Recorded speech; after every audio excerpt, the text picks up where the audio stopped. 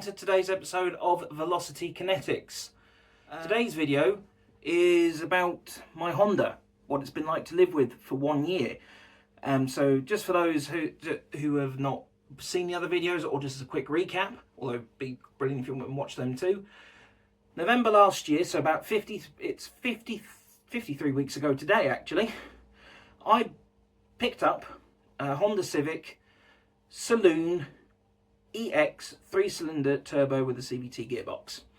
It's a 2019 registered vehicle on a 68 plate that I've applied my private plate to. So it's a 68 2019, registered in February, so just before the plates turned to 19. I bought that car at the time because Sarah had just passed a test. It was becoming inconvenient for me either having to get up and take the car, take her to work, to then come home, to then use the car for wherever I needed me to for me to then have to go pick her up.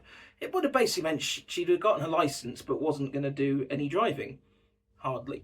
And then it's a case of, well, why did she spend all that money doing it? Which is a fair comment. We looked at Vauxhall Corsas, Ford Focuses, you name it. But the problem we had, or kept running into, is things that were in our budget had very, very high mileage. And we're talking Focuses with 80, 90,000 plus miles, a couple even over 120,000, which isn't a problem as such, but some of them, I believe, would have had that wet belt issue, and at that sort of mileage, if the belt hadn't been done and if the gasket hadn't been done, you're potentially buying a car that's going to suffer oil starvation, and then bang, got a very expensive paperweight. There was also a Volvo V40 that we nearly bought. It was a bit cheaper than the Honda, a little bit older, but it was a diesel, Satan fuel. Not that that was off the list of things to get. We'd also looked at a lot of older things, sort of 2012, 2011 registered vehicles, to try and get them into that lower tax bracket or no tax if the emissions were low enough. That didn't happen, again, because a lot of what we found had questionable MOT history, questionable service history. Some of them were even previously written off, which isn't a problem as such, but a lot depends on, it's not necessarily how they were written off, but it's more a case of how well they were repaired is the giant question mark. And I can't afford to have a car that I can't drive, more as in I can't afford to have it sat on the driveway needing repairs constantly, because one, the repairs aren't good for my bank account, even if I can repair it myself. I've still got to buy the bits. But two, what's the point in having a car that you can't use half the time because it's so fragile? So that's why we ended up with the Honda. It's had its trials and tribulations, which we will go through in the rest of this video. Whether I will do this here or as a driving video, I don't know. And before you go, well, hang on, the videos about the Honda came out in January, February this year. When I bought the Honda, my cat George was very unwell. Where he was having scans, he was swelling up with what we now know was fluid. So my mind was elsewhere, and I started doing those videos early this year, to distract myself from having put down my I'm going to say it, my best friend outside of my wife. So let's talk about a year with that Civic. Do I regret the purchase? Would I buy it again? And some of the brake and tyre related challenges I have experienced. So I've had this Civic 1 year. I've had it actually about 13 months now. I've covered just over 8,000 miles, and it's been a very good purchase. And I've got a weird connection with this car, and I can't really, well, I can explain it, and it might sound a bit daft, but it is what it is. Overall, I've mostly driven Japanese cars for my entire time I've owned a vehicle. I've had 4 Suzukis and this Honda. I've got an affinity for Japanese cars. I do prefer some of the ways they do things. Some bits are a bit cheaper, some ways they just make a bit more sense. Some of it is because we never had Japanese cars when I was growing up. My granddad was a former Japanese POW in Burma, and he wouldn't drive anything Japanese. Everything had to be English after that, and I understand. And my mum and my aunt and my late uncle all felt the same. They couldn't go Japanese just because of what my granddad had been through. But I've driven nothing but. It might seem a bit weird that I bring that up, but It occurred to me when I was looking for something for another video idea I had. I've talked a lot about my dad having Volvos and Fords and things, but never explained why I've only ever been Japanese. In terms of ownership costs in the time I've had it, we are waiting for traffic to go by. It's been reasonable for ownership costs so far. My main expense has been a new set of rear tyres.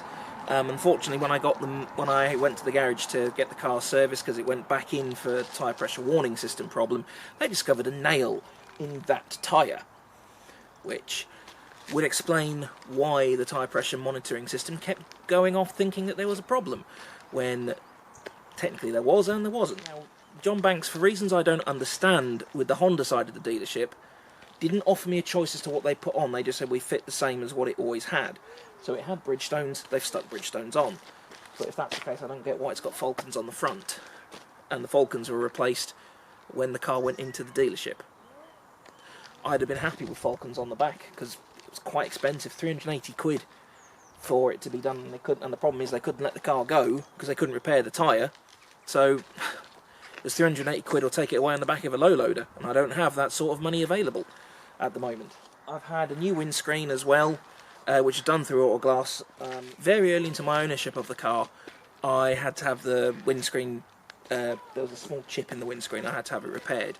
It turns out that was another chip that had been repaired previously, and then I had a full-blown crack on the windscreen later on, well, several months later, not part of the same thing, completely different place.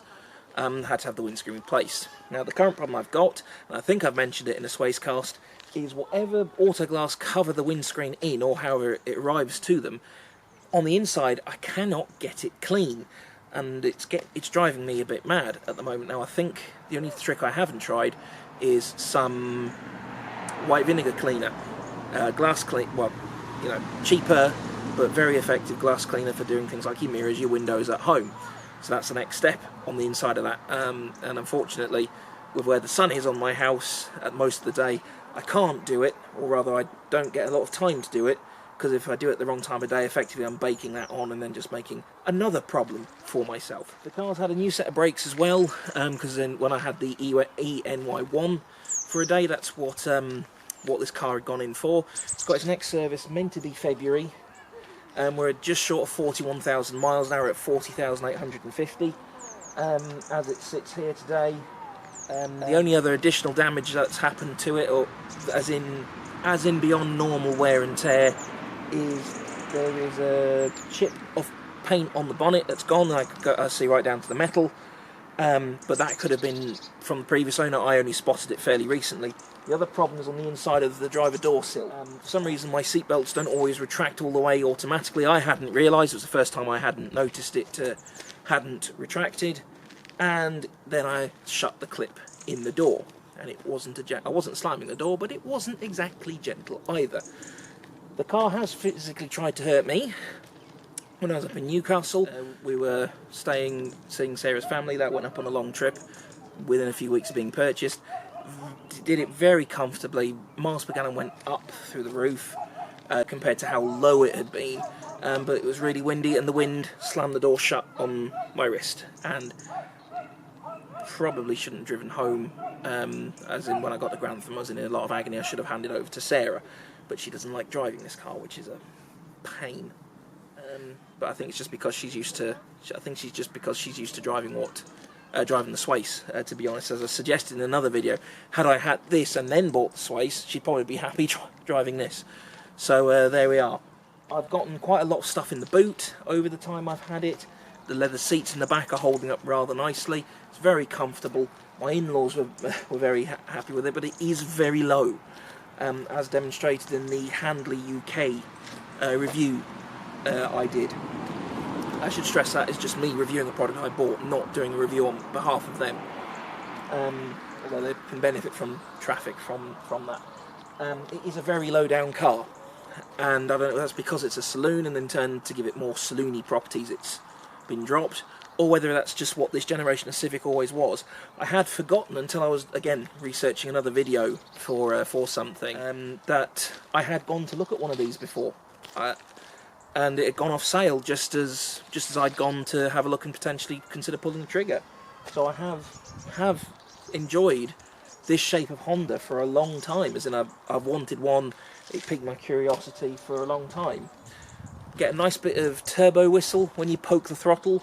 It's got a nice 3-cylinder thrum. It does seem to idle very weirdly at times, but I think it's the way Honda have built this particular 3 Series, because my 3 Series? No, 3-cylinder engine. Because when I've had them in my 2 Balenos, and my sister's got one in her Swift booster jet 3-cylinder turbo engine. With this, I can actually see the engine rocking. Now, it might just need a new engine mount or an additional engine mount. It doesn't change the way how the car feels to me. It still feels nice, still feels tight, still feels really, really good to drive. But that might be why it seems to do that. We did have that problem where it idled really roughly at the start of a Swacecast video. Whatever the problem was, it didn't register enough. It didn't register an error code. So when they did a code clear and a code scan, nothing was there. So it's concerning that it did that. But at the same time, I'm relieved it didn't do it to such a degree that it was recorded an error. So that's okay. But apparently 3-cylinder engines are a little bit more prone to rough idling, which I thought they weren't, but given that a straight 6 is considered the most balanced engine, 2 cylinders doing 2 cylinders and doing everything different part of the cycle, I'd have thought 3-cylinder doing one part, but apparently not. Maybe it just needs a better balanced cam or con rods or something like that. But it's nothing affecting the way this drives. When you pull away, it is sometimes a bit hesitant. It does seem to take a little bit of time for the turbo to spin up, but then suddenly it just goes. The speed restrictor isn't very good on it, and I don't know whether it's an age thing or whether it was never very good, or whether a speed limiter doesn't really work very well on the conventional petrol car, whether it's something that works better on electric vehicles and hybrid vehicles, because the one on my Swace is really rigid. But granted, though, that's a 2021 car versus a 2019 car, so 2.5 more years further development, maybe it just made a better car. But also it's Toyota programming in the Swace, and that's Honda programming, so maybe it's something wrong in the programming. It allows me to get over the limiter quite a bit, and you might have noticed in some of the Swacecast videos where I'm driving this, there's a lot of beeping going on. It's because I've exceeded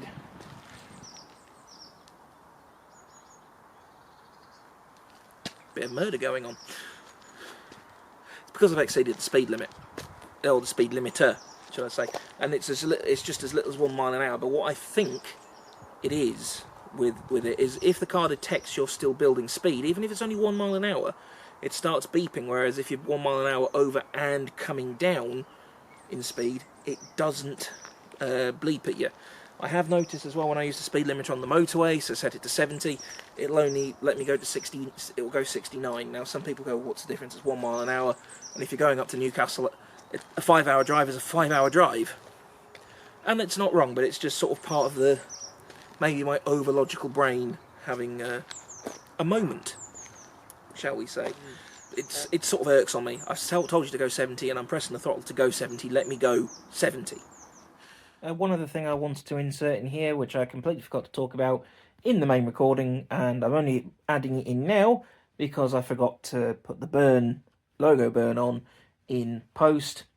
For some reason, and I cannot understand why, when I use the brake hold or hill assist, whatever it's called, is that sometimes at slow speeds you can feel the car trying to grab those brakes on, which I get from a safety perspective why it might do it, as in it thinks, oh no, we're rolling, we need to stop this, and that would make sense if it also did that when the system was turned off, but it doesn't. What it does is grab it on at the most inopportune time. Sometimes you might be crawling to not quite wanting to stop at a junction. You want to sort of keep a mile or two an hour going, just enough so it's a case of not having to get the car moving from still, completely stopped. And that's not a problem. I know in an automatic, you haven't got to worry about clutch and gears and so on. So it's a lot easier to get away in an automatic CVT, whatever you want to describe it as. But the fact it then grabs the brakes on, takes a second or two to realise it's grabbed them on, and then will let you move, is a bit of a pain. I don't know what it is. I had initially put it down to the fact that the rear brakes were nearly worn out, and had decided it was improving, or at least it felt like it was improved when the new brakes were installed. It was new pads and discs it had. That felt briefly okay, and now it's not. So either it's chewing brakes, which if that's the case, I don't really want to retain the car if it is chewing brakes, but we'll find out on its service in February, but probably isn't chewing brakes, that is. I think it's just not got an electric motor to sort of hold itself back a bit. It's trying to crawl forwards as cars tend to crawl on an automatic gearbox, and I think it's crawling at such a slow speed the car doesn't recognize it. You're trying to deliberately make it move. In the car's brain, I wonder if it perceives that as accidental rolling. It is probably the only gripe I've got with it, and again, I don't know if it's just my particular Civic, whether that's in I've just bought a weird one, whether it's my Civic as in the saloon, or my Civic the generation. Who knows? 70. 7-speed gearbox is quite interesting. It's taking some getting used to. You can get into 7th in as low as 40 miles an hour. It does seem to struggle, and you haven't got an awful lot of wiggle room to play with. Well, actually, you can do it at about 38, 39 miles an hour, at least according to the dashboard. But you haven't got an awful lot of room. The revs are really low, and it won't pick up very nicely from there. It makes a meal out of doing it if you're going from that slow. Something that's easily resolved with a bit of right foot and a couple of tugs on the left paddle, but still not ideal. The other problem I've got with this car at the moment, or the main problem I've got with it, is it's currently being very thirsty.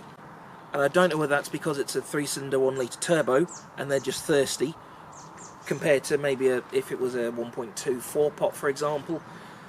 But at the same time, 125 horses, it does shift, it does move, and at the same time, when I look at what most driving I do, like this morning, all I've done is gone from where I live into town, then round to Asda, and then home. Now, from where I live to the car park I use for when I'm in the town centre using the market on a Saturday, it's about 3.5 miles. Then from the car park to Asda, it's about a mile. Then from Asda home, it's about 5 miles. So you see what I mean? It's perhaps being thirsty because it's not getting hot and running hot.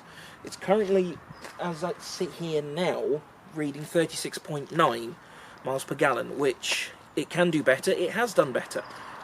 When Sarah and I went away... When did we go away? That's a good question. Ugh.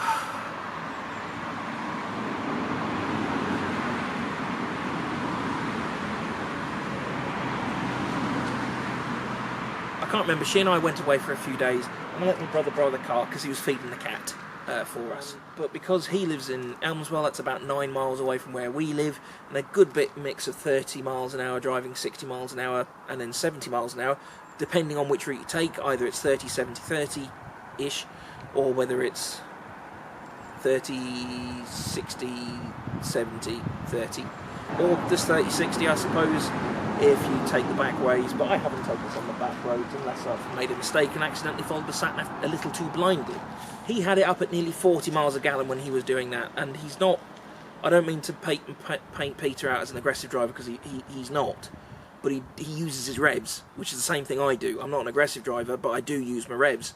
And he got it up to 40 miles a gallon. He didn't have any complaints that I know of from driving it. I think he's changed his mind about wanting a Honda Civic, because I know at one point he did want one. And he also was quite taken with the Jazz, but I can't remember. I think it might have been because they came in orange as standard, and I believe orange is his favourite colour. It certainly was his favourite colour at one point. Love the way this car is finished. It's lovely colour, and that it's... I finally got a blue car, because as I go on about in a lot of the Sways cars, I ordered mine in blue, and I couldn't get it in the blue, so I do have me a blue car finally, or at least for the last year. I haven't curbed the alloys, they're still in good shape, still in good nick. It did take quite a whack on that side the other week, trying to get out of the way of an ambulance. I should have gone about 10 metres further down the road, and the curb up was a little bit smaller. It went up a bit of a too high a curve at fractionally too much of a speed, but everything feels fine. There's no tyre pressure loss or anything like that. The boot, I've gotten a lot of stuff in. We can get a full week's shopping. We often take it for the week's shop, just because the advantage of the saloon boot only opening up like that, rather than having to have the whole tailgate open up on the sways, as in people parking badly, not letting you finish your manoeuvres, parking too close, you name it. Gotten a lot of stuff in it. I've filled it up to the brim when I was getting rid of carpet at the tip, when we had the whole stairway landing and a bedroom recarpeted. Got all that and the underlay in there, no problem. The seats are still in fantastic condition for a car of its age. I know some people say, well, that's nothing if it's only done 40,000 miles, but I can't deny, and I think maybe in post-production I'm going to realise that this new BAR Honda replica rugby jumper, look, as I do a lot in all these videos, I'm fat, I'm overweight. There is a lot of me for any car seat of any brand to tolerate, and they are still in good shape. And unfortunately, it's a fact for Sarah as well. Despite the fact between us in the last couple of years we've lost something like 40 kilos, there's still a lot of us, and both seats are handling it very nicely. The back seat is nice. Sarah says the heated seat in the back works really well. Certainly my cat quite likes the heated seat. Not that I let her out in the car. What I do is when she's going to the vet, put the heated seat on, she puts her bum up against the seat, and she gets quite toasty. And she goes quiet, because she's very vocal when it comes to that. Sunroof has been a blessing in the summer. I actually would like, whenever I finally buy another car, I do want another sunroof, because I think they're fantastic. It's one of those things it never crossed my mind, because I never had one. But I do now. The headlights are still a problem. I cannot lie, the headlights are still a problem. They've been recalibrated after the windscreen was done, and they're still as they were, but for me they are still pointing too low. I do want them a tiny bit further down the road. Now I'm not talking masses and then blinding everyone and so on, but I would prefer it to go a bit further. And the automatic high beams are questionable in how often they work and how quickly they recognise whether there's more light coming through, and they don't always dip as fast as they should, and sometimes it looks like I'm probably trying to give another driver a seizure, the amount it dips and turns them off, which is not the case at all, because actually half the time, to be honest, I just turn them off.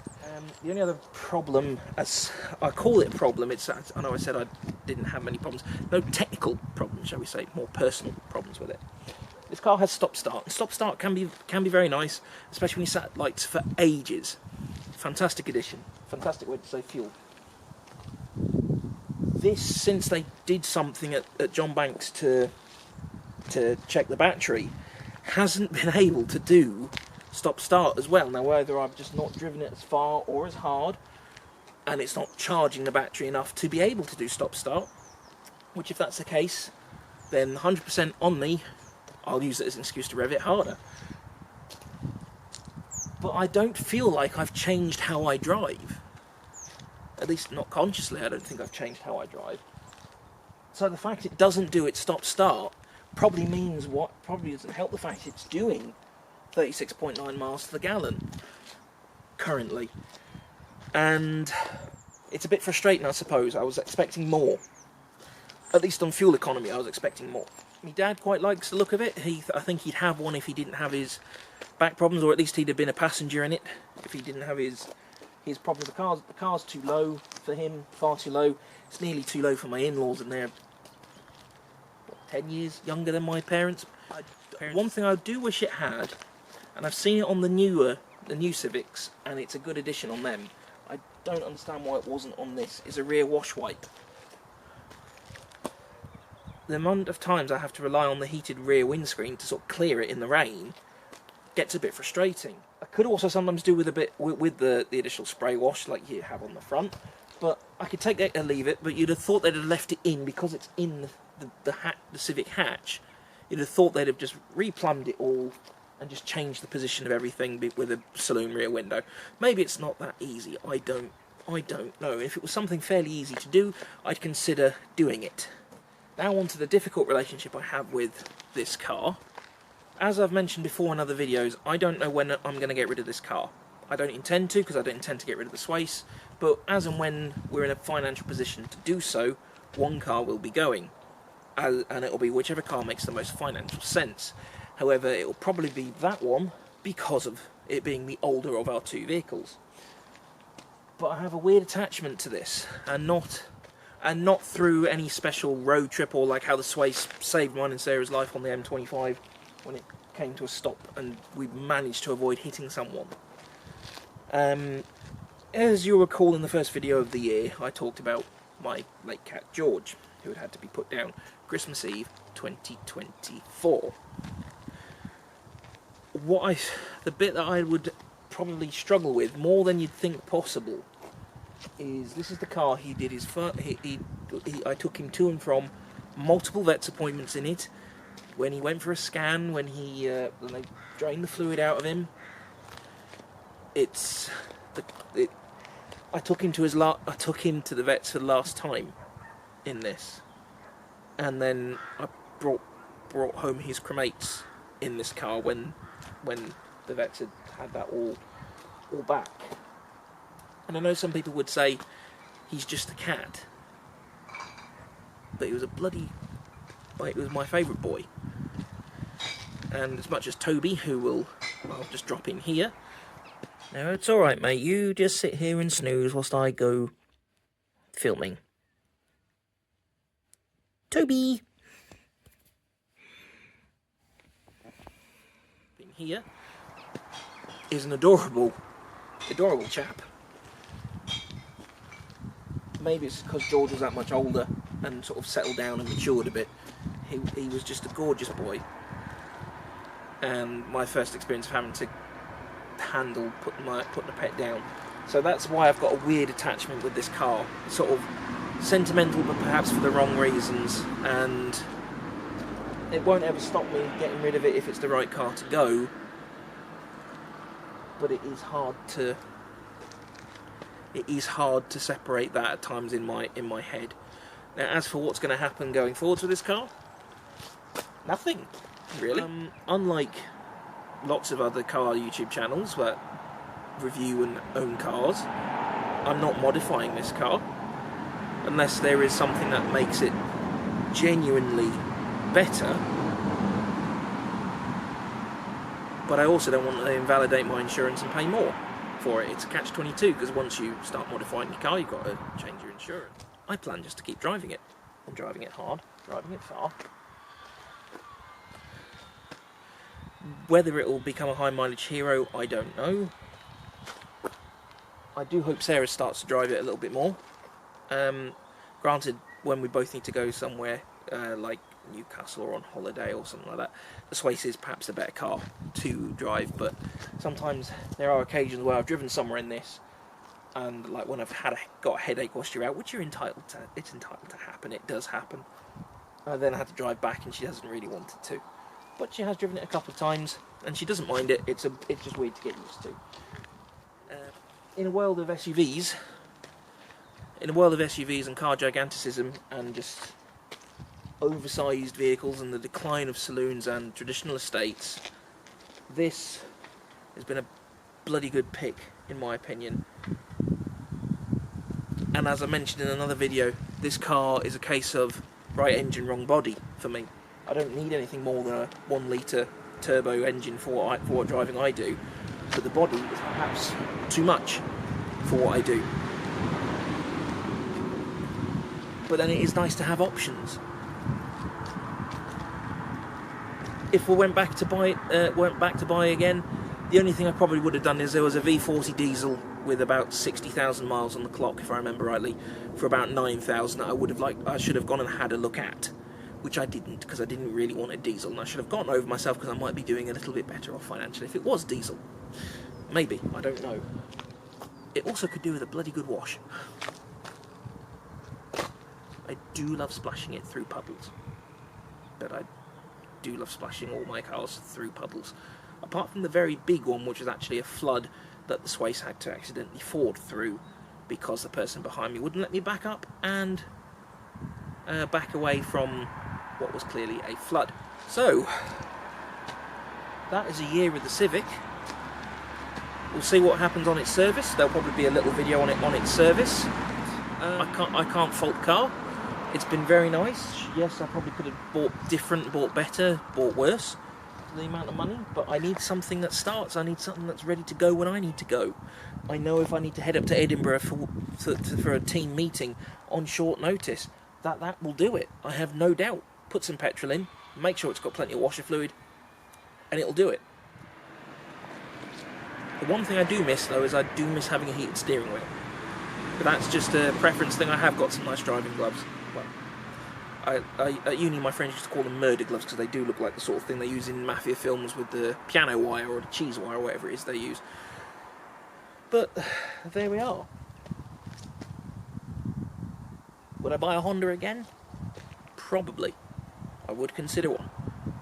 Sarah was considering a CRV if and when money lines up for us to be able to replace.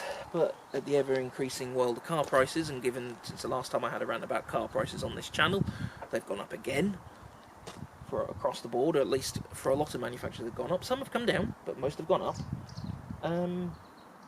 Yeah. I do enjoy it. I have, and I hope to cover many more miles in it, unless I do something stupid, which is also entirely possible.